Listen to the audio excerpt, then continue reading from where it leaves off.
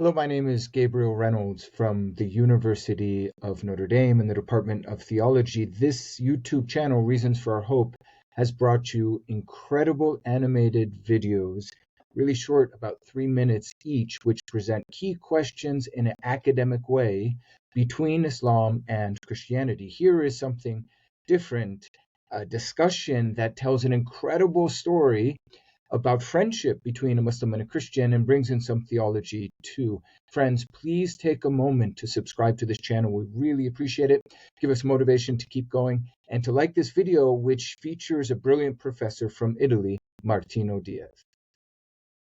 Professor Martino Diaz, what do Muslims actually think about Christianity and Christian teaching? Do they actually think that Christians are polytheists?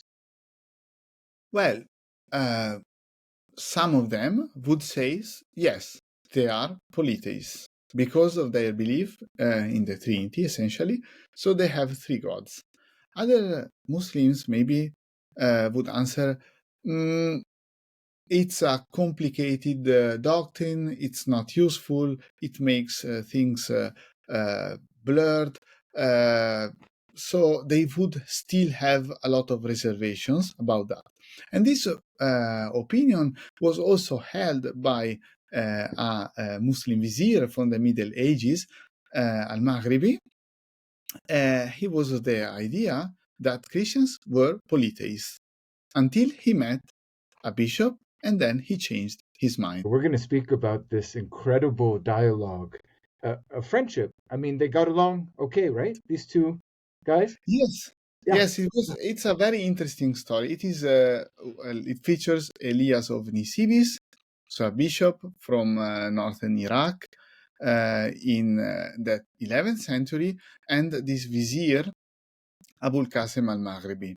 They were both cultivated people. And, sorry to jump in because I want to introduce you as well. So, viewers at this YouTube channel will know who you are and who I am. But I mean, it's really important to note the friendship of the two people we'll be speaking about. 1,000 years ago, sometimes people think on the medieval period, everyone was fighting, but actually it's today on YouTube and social media, Instagram, where people are fighting. So we're going to speak about the story of friendship, which raises the big question of, are Christians polytheists according to Islam? Friends, I'm joined by Martino Diaz, Associate Professor at the Catholic University in Milan, Italy, and Scientific Director of the Oasis Foundation, also in Milan. And I'm Gabriel Said Reynolds from the University of Notre Dame, from the Theology Department there. And as Professor Diaz mentioned, we'll be speaking about Elias of Nisibis and a Muslim named al-Qasim al-Maghribi. And we're going to get back to the story because it's like a crazy story of like sickness and traveling and a miracle maybe, and then doctors and how to deal with life when you're stressed out. I mean, it's like an incredible story of 1,000 years ago. But if we go to the theology first, Professor Diaz, I mean, we open by speaking about whether Christians are polytheists. And as you mentioned in the dialogue, this guy basically thinks that at the beginning, right? I don't know if he uses the word kuffar, but can you just explain, like, why Christians say they're monotheists? Why would a Muslim say you're not? You're actually polytheist? Well, Muslims will object to the doctrine of Trinity and say, when they want to be very negative, that Christians simply believe or worship three gods. So the Father, the Son, and the Holy Spirit, so they have left monotheism. Or, if they want to be more open, they would see this as an unnecessary complication because they consider that Tawhid, so pure monotheism, is straightforward, self-evident, and therefore this talk about three hypostases or three persons in God is to them a deviation from the sound belief. And this point is already made up to a point in the Quran and also in early Islam. So Christians, from the very beginning, were confronted with this opposition, with this objection, actually, and this led them to develop different strategies to answer this. In the Middle Ages, especially in Arabic, so Arabic-speaking Christians in the Middle East. And the strategies basically relied on Islamic theology. Yeah, So they yeah. tried to use Islamic theology to show what the exact meaning of the Trinitarian belief is for Christians. Yes, yes, and it's a brilliant move. I don't know if it's theologically sound by the Christians, and I want to ask you about that too. I mean, it's a brilliant move from these Arab Christians who sort of, I don't know, explore Muslim ways of speaking about God for their own benefit.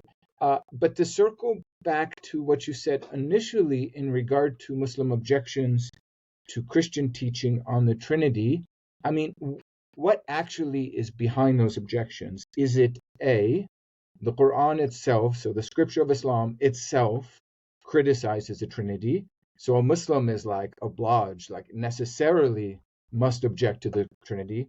Or B, is it that Muslims just think rationally, just use their reason and on that basis reject the Trinity? I would say both, because in the Quran we find a reproach addressed to Christians, and it is do not say three. Of course, it is out of context. So, I mean, we do not know what the exact context. This is chapter 4, verse 171, I think. Yes, but we do not. We are not provided a context, okay, for these discussions. Yes. So we do not know who these people were who were saying three, and it is also possible. Some people have tried to interpret it in the other way around and say that this is an objection or a reproach addressed to the Jews. Do not say three. So do not object to Trinity by saying there are three gods. But this is a bit far-fetched It totally reverses the meaning. There the Quran is sort of defending the monotheism of Christians. It's not three, it's just one. Yeah, I mean, usually it is understood as a critique to the Trinitarian belief. And then, of course, when Muslims got acquainted, especially with Neoplatonism and with Greek philosophy, they found that there was a very fascinating parallel between the one in the Quran and the one in Greek philosophy, especially in Neoplatonism. Already in Al-Kindi, one of the first Muslim philosophers, this point is very much developed, and it is also the reason why he says that basically there are no problems for Muslims in philosophy, because in the end, the essential point, which is for Muslims monotheism, is also there in Greek philosophical thought, which is perhaps an optimistic take, because we know that in fact philosophy went through hard times later on in the Islamic culture. So I think it's intriguing to see that you can't really say just the Quran or just reason. The two things are kind of intertwined, because Muslims would say, well, the Quran is reasonable, but there's more to say there. That's not the end of the story, because after all, Islam is a religion, not a philosophy, and so the Quran says particular things about God as well, which Muslims wrestled with on their end.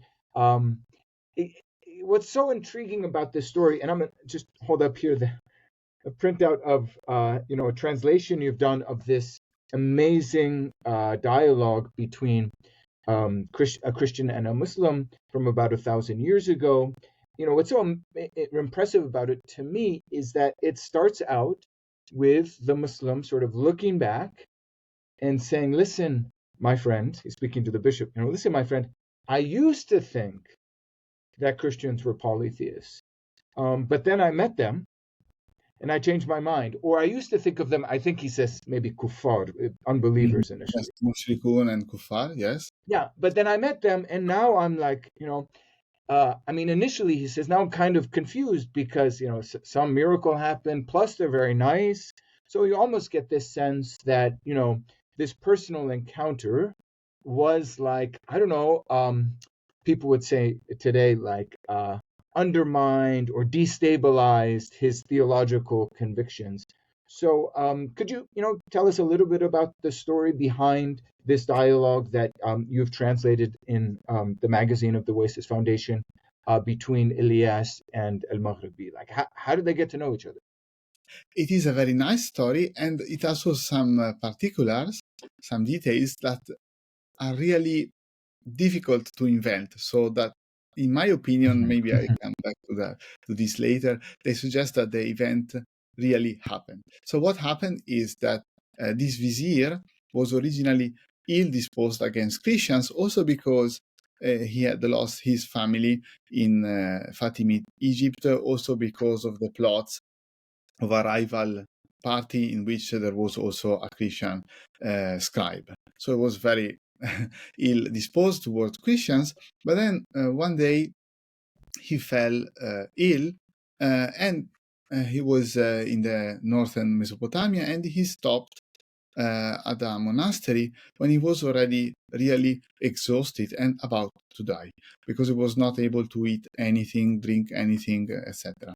At that point, the monks prepared for him some food, and they prayed for him, and he got this pomegranate, and he in American pronunciation, it would say pomegranate. So yeah, so okay, they actually fed him up. He's there in the monastery. He's kind of yes, dying, not able to eat. Monks are praying, and then they're also like, "Hey, take this pomegranate." yes, and also a lentil soup, and then he recovers, and he Okay. says, to me, it's a miracle. And this leads him to reconsider his previous assumptions. Then he goes probably to his physician, who was a Christian, and the physician says, this. I mean, we can infer this from the dialogue. It is not explicit, but probably the physician says, "Oh, maybe you should ask my brother, because he's more expert than me in Christian theology and can make you the point." And this brother is none else than Elias of Nisibis. So the vizier finds an excuse to visit Nisibis, which was in his territory, but he had never been there before. And he meets the notables, but then he picks Elias and said, "I want to discuss something with you." And he recounts the story and then asks the question, but in the end, how can you be monotheist if you believe in the Father, Son, and the Holy Spirit? Because the And Quran says, "Do not say three." yes, it does not quote the Quran, but of course, Yes. I mean, this is in the background. At that point, there is the particular that, in my opinion, proves that the story is true. Because Elias said, "Look, if you want to dispute with me for the sake of disputation, please excuse me. We can speak about any other subject, Yeah. The like weather, farming, either something else. literature, Syriac language, grammar, whatever you like, science, but Right? No theology. If we're not just gonna theology.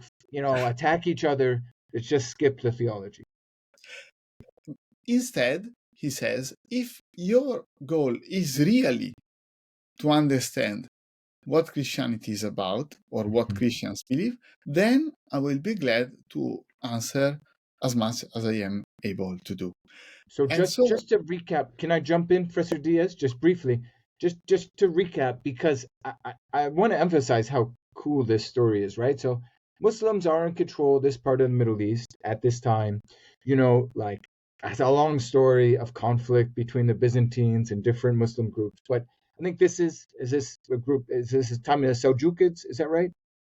yes, some decades before, but I mean, Okay, uh, before Seljukids, I should have done my homework. But this is kind of the frontier zone. What is today southern Turkey, northern Syria? I mean, principally southern Turkey. Muslims are in control, but the population is probably still majority Christian.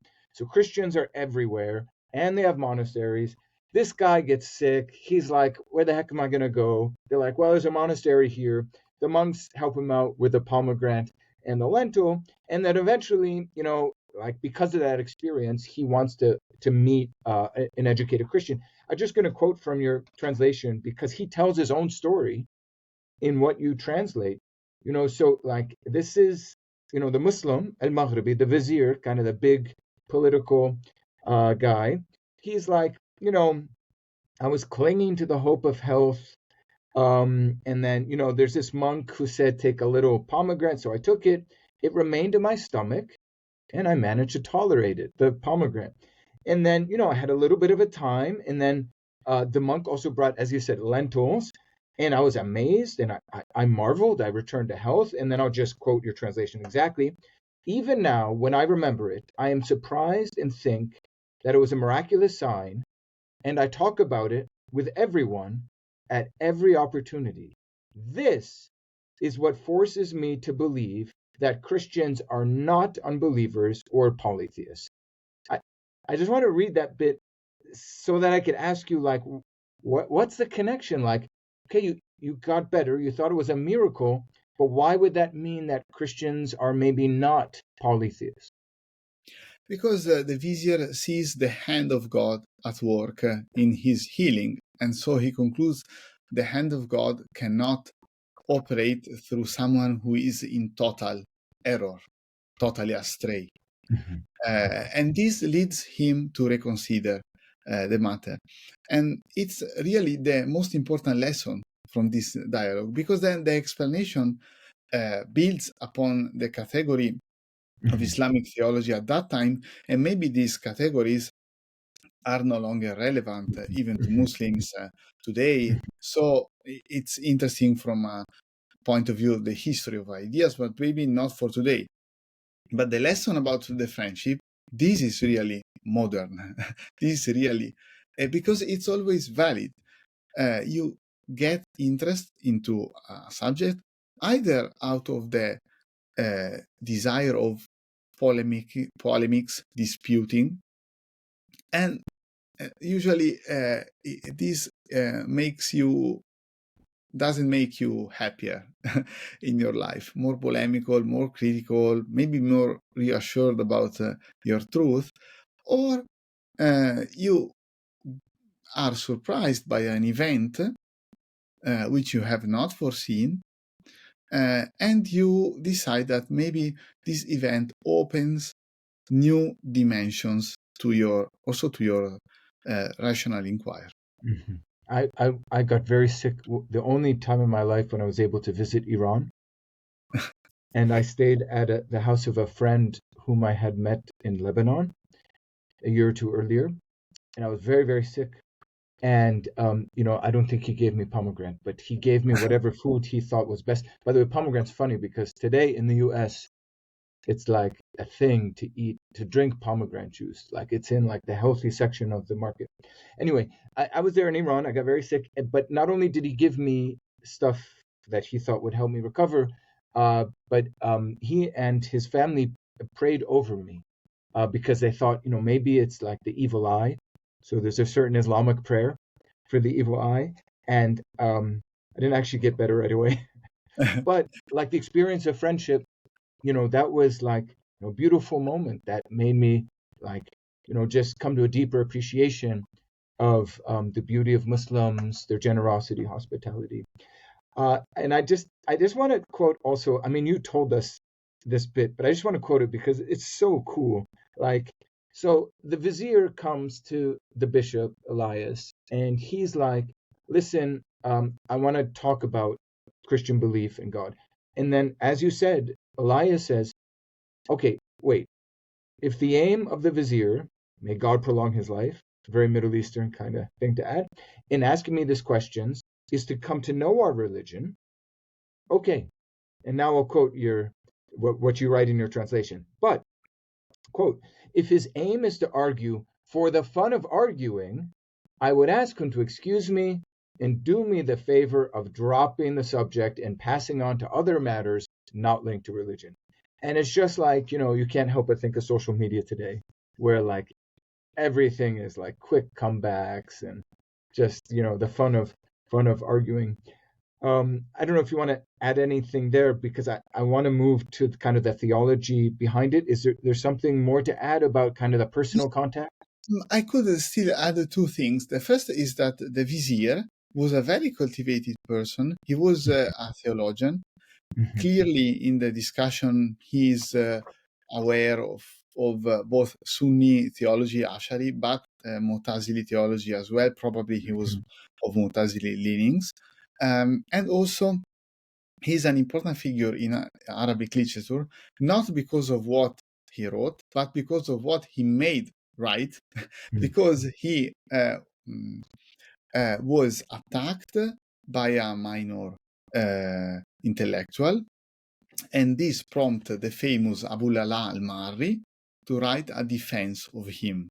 And the defense, in the end, turned out to be the famous Epistle of Forgiveness, Risalat al-Ghufran. So these people knew each other very well.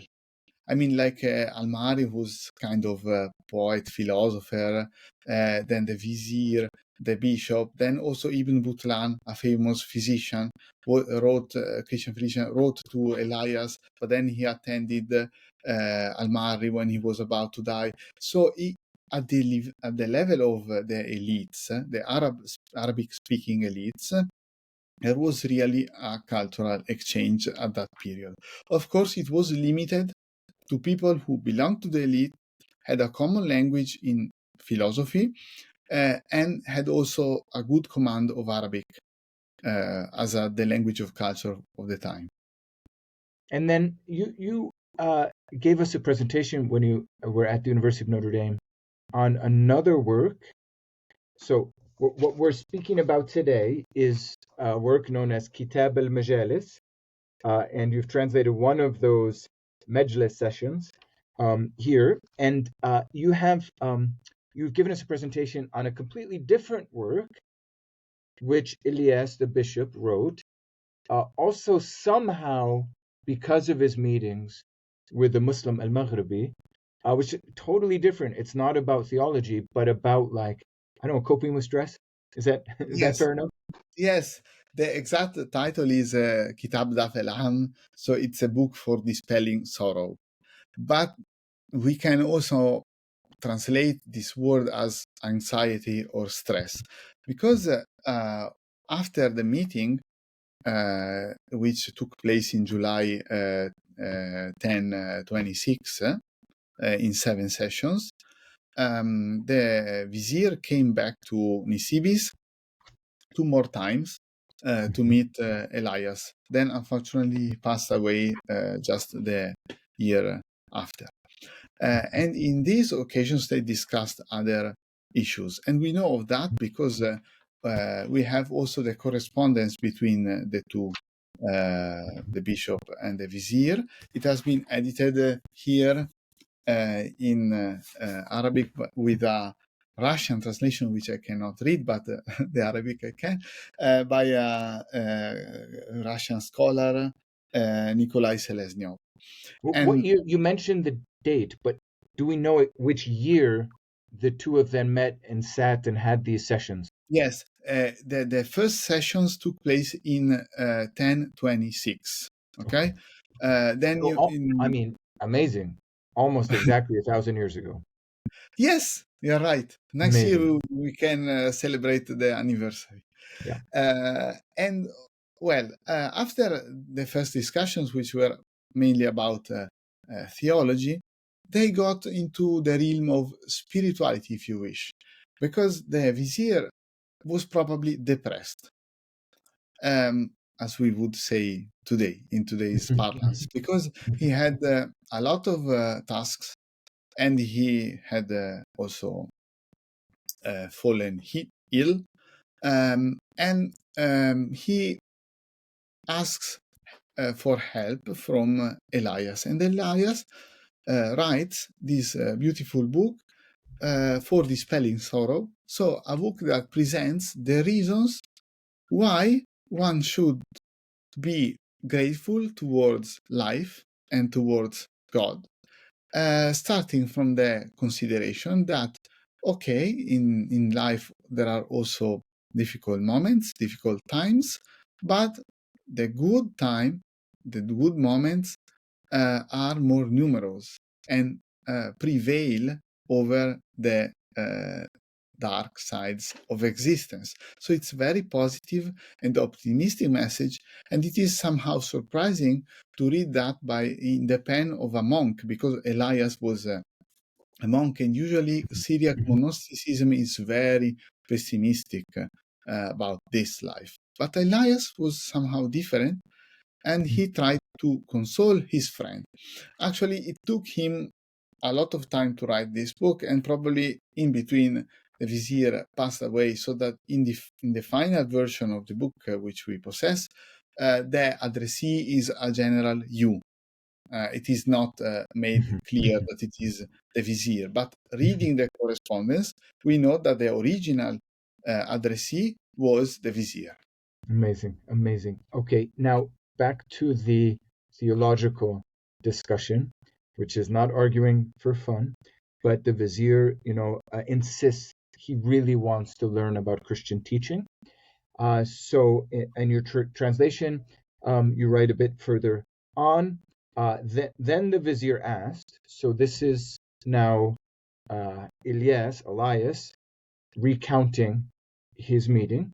So he's writing after the fact, and writing in Arabic, writing after the fact, and he says, or you translate his words. Then the vizier asked, quote, "What is the meaning of your statement that God is three hypostases?" Usually, like in English today, we would say the three persons, which is a pretty terrible word, but as another conversation, is three hypostases: Father, Son, and Holy Spirit. And then, I'll turn to you just a second, and then Elias says, and I replied, at this point, we, Muslims and Christians, are in agreement about the fact that the Creator Most High is one substance, in the sense of subsisting in himself. Now, this subsisting in himself can only be either living or not living. And then kind of go on to the next step after that about speaking. But why does he start the answer that way? What's going on here? Well, Elias is using the doctrine of the divine attributes in Islamic theology. So, first of all, he makes a point about the fact that God is one substance, because it was simply a matter of language. That in Arabic, in Muslim theology, substance always meant something with a body. So they refused to apply it to God. But in Syriac and Christian Arabic parlance, it only meant essence. So he clarifies this point, and so far so good. But then he tries to show that there are some essential characteristics, essential attributes of God, and we cannot conceive God without them. And two in particular are singled out, so reason or word, so logos, and life. And then, of course, he makes a parallel between reason, logos, and the Son, and life, and the Holy Spirit, whereas the source of Godhead is the Father. From our point of view, this is a good approximation, but it is not exactly correct. So, Can I in jump? a theology class, in? I would object to that.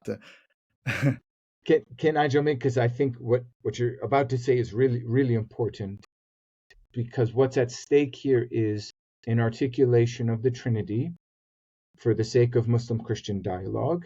So it raises the really important question, which is, in that process, is there a misrepresentation of historic Christian teaching on the Trinity? But if we step back a moment just to explain, like, what was the strategy of Elias speaking to a Muslim, I think it takes us to Islamic teaching about the attributes of God. So, as you said, they were having this conversation probably in 1026, around there. Before this point, about 100 years or so earlier, there was this fellow named al-Ash'ari who developed. I mean, he's not the first, because there's people who worked on this before him, but he's a Muslim theologian that becomes kind of the most famous theologian who establishes basically what Sunni orthodoxy is. And he would say, listen, God has certain attributes which are eternal or substantial, and this is, I mean, you should tell us more, but this is basically provoked from an understanding of the Quran, the Hadith. So if the Quran says that God is powerful, there must be something called power, which the Quran is equating with God. And that power, or life, or speech/reason, those are attributes, and they're somehow real things. Could you explain that a little bit more? Sure. It's very simple in the origin. In the Quran, you have a negative theology, in the sense that the Quran is very clear that nothing is similar to God. But you also have a positive revelation about God, because otherwise, the entire revelation, the entire book would reduce to a few pages. And whereas in the Bible, the revelation of God happens through history, through acts, through events, like the Paschal event for the Jews, in the Red Sea, etc., the history, then of course Jesus. In the Quran, the main locus, the main place of revelation, are God's beautiful names. So adjectives describing how he is, in positive terms, not just what he is not, but also what he is. And these names are several. According to our tradition, 100, but one is only God, known to God, so 99 are left. Most of them are directly derived from the Quran, others have been added by inference. So you have one God, but many names. And this creates a certain level of multiplicity also in the Islamic Tawhid, in the Islamic monotheism. And this created a problem. So what is the relationship between these names and God, between these attributes and God?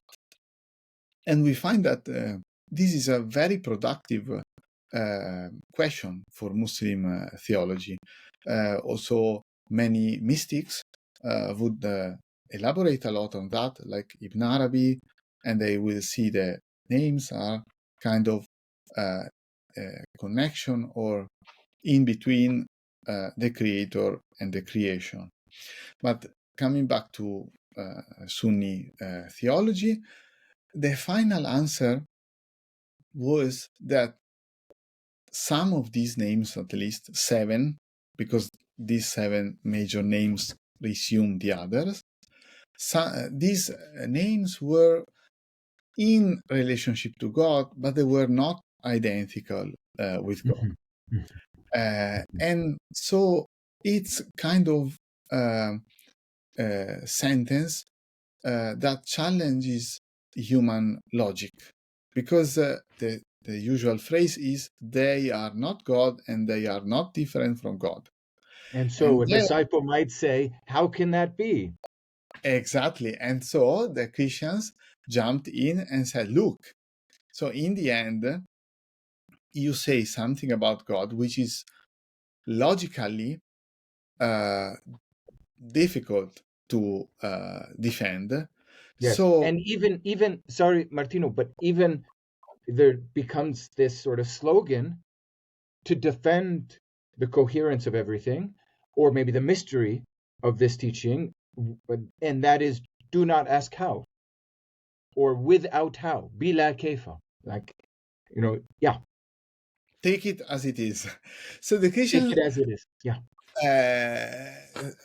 probably thought that it was a good avenue to make the point that either in purely apologetic terms that, well, if you cannot explain to me in logical terms what it means that God does these names are not God and not different from God, then I will not explain to you how God can be triune. Okay, so and this was a kind of negative or defensive attitude, but also in more positive terms, that maybe there is something about unicity and multiplicity in God that is not so straightforward as the Tawhid, the Islamic monotheism, would lead people to think. And there is a margin to show that the Trinitarian belief is a different way to articulate a question that is also there in Islam. So a different way, because it's different, but to articulate a question that is also found in Islam. And this is what the vizier understands, because in the end, in the second letter that he wrote to Elias, he has a very beautiful phrase, which I would like to use too. He speaks of the Tawhid al-Muthallath, at-Tawhid al-Muthallath. So it's Tawhid, it's monotheism, but it is Muthallath. So Muthallath means also triangle in modern Arabic, because it means triune, okay? So at-Tawhid al-Muthallath.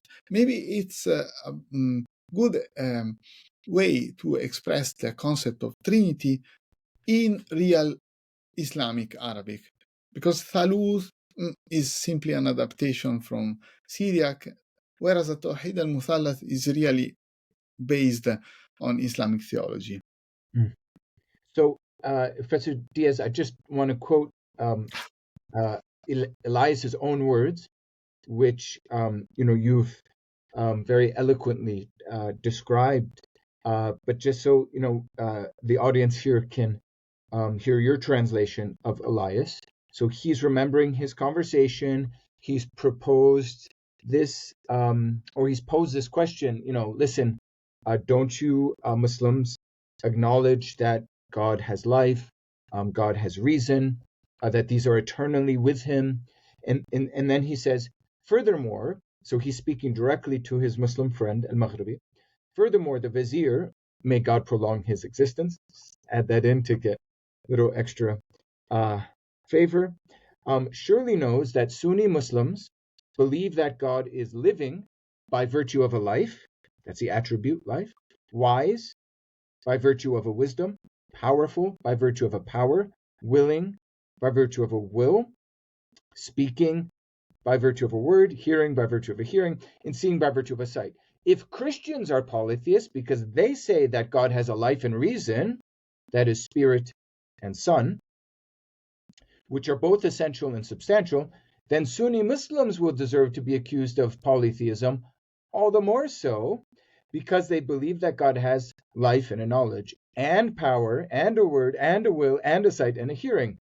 But if conversely, Sunni Muslims are monotheists, although they attribute such things to God, then Christians too are monotheists. So you can see how the logic works there for Elias. Yes, it was a very smart defense of Christian faith, but as I said, it was rooted in a kind of theological discourse that maybe today is outdated. And we can also question whether in the end this analogy resists the test. There is another Christian Arabic philosopher, Yahya ibn Adi, who took a very different course, and probably it's more productive, because he questions the concept of one. What does it mean to say that God is one? Because he said it's not like one in a series. So 1, 2, 3, 4, because otherwise there would be no difference between God and the other creatures. So he starts to reason about that, and this is something that I find very useful also today, to problematize the concept of one, because God is not an object among other objects. So the way you predicate about God cannot be similar to the way you predicate about an object or a person or a human, etc.